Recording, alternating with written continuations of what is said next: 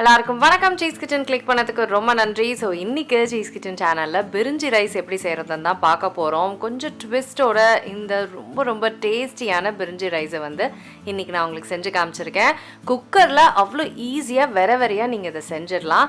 ரொம்ப சிம்பிள். நீங்கள் என்னோடய டிப்ஸை கரெக்டாக ஃபாலோ பண்ணாலே போதும், பக்காவான டேஸ்டியான பிரிஞ்சி ரைஸ் செஞ்சிடலாம். இந்த ரைஸை நான் எப்படி செஞ்சேன்னு பார்க்குறதுக்கு முன்னாடி மறக்காமல் சீஸ் கிச்சனுக்கு சப்ஸ்கிரைப் பண்ணுங்கள், லைக் பண்ணி ஒரு ஹைப் தட்டி விடுங்க, எனக்கு ரொம்ப யூஸ்ஃபுல்லாக இருக்கும். இப்போ வாங்க வீடியோக்குள்ளே போகலாம். இப்போ குக்கரில் கீ சேர்த்துக்கிறேன். அதுக்கப்புறம் ஆயில், இதில் பட்டை லவங்கம், அதுக்கப்புறம் ஸ்டார் அனீஸ், அதுக்கப்புறம் வெங்காயம். வெங்காயம் நல்லா வதக்கிக்கலாம்.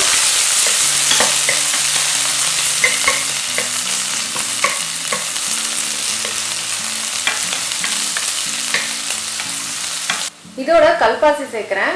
ஆக்சுவலாக ஆயிலே சேர்த்துருக்கணும், மறந்துட்டேன்.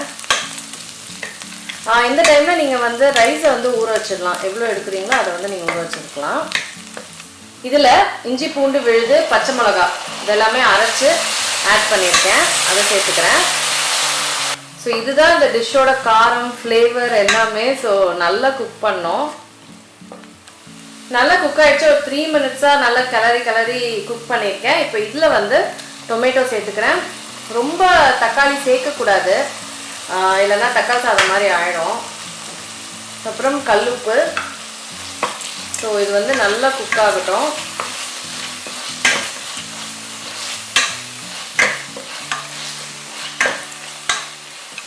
இது குக் ஆகிட்டு இருக்க டைமில் ஃபுல்லாக ஆக்சுவலாக தக்காளி குக் ஆகலை, பட் இது குக் ஆகிட்டு இருக்க டைமில் நான் காய் ஆட் பண்ணுறேன். Carrot, beans and potato. இதோட கொத்தமல்லி, புதினா, இது எல்லாமே சேர்த்து நல்லா குக் ஆகட்டும்.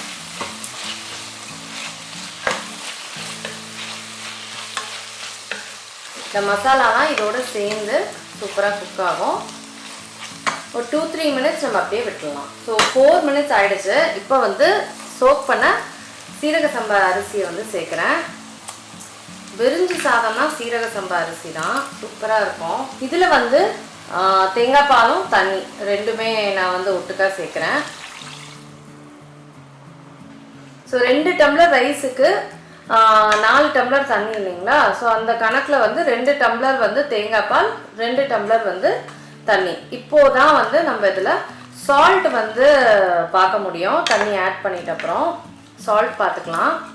உப்பு ஆட் பண்ணியிருக்கேன். உப்பு கொஞ்சம் கரிக்கிற மாதிரி தான் இருக்கணும். ஸோ அவ்வளோதான். இப்போ குக்கர் க்ளோஸ் பண்ணிட போகிறேன்.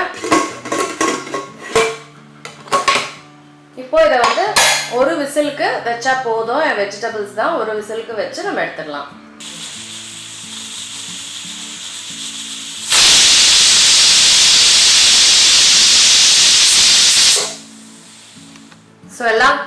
ஸோ விசில் எடுத்துட்டேன். இது ப்ரெஷர் போயிடுச்சு. இப்போ இதை ஓப்பன் பண்ணி பார்க்கலாம். வாவ், சூப்பராக இருக்குது. பார்க்கவே இவ்வளோ அழகாக வந்திருக்கு இல்லைங்க? பாருங்க, ரைஸ்லாம் நல்ல வெரையாக சூப்பராக இருக்குது ரைஸு. இந்த சீரக சம்பா ரைஸோட ஸ்மெல் சான்ஸே இல்லை. சூப்பராக இருக்குது. பயங்கர டெலிஷியஸாக இருக்கும். ஸோ பயங்கர டெலிஷியஸாக இருக்கும். கண்டிப்பாக ட்ரை பண்ணி பாருங்கள். நான் உங்களை சீக்கிரமாக அடுத்தவங்களை சந்திக்கிறேன். வணக்கம்.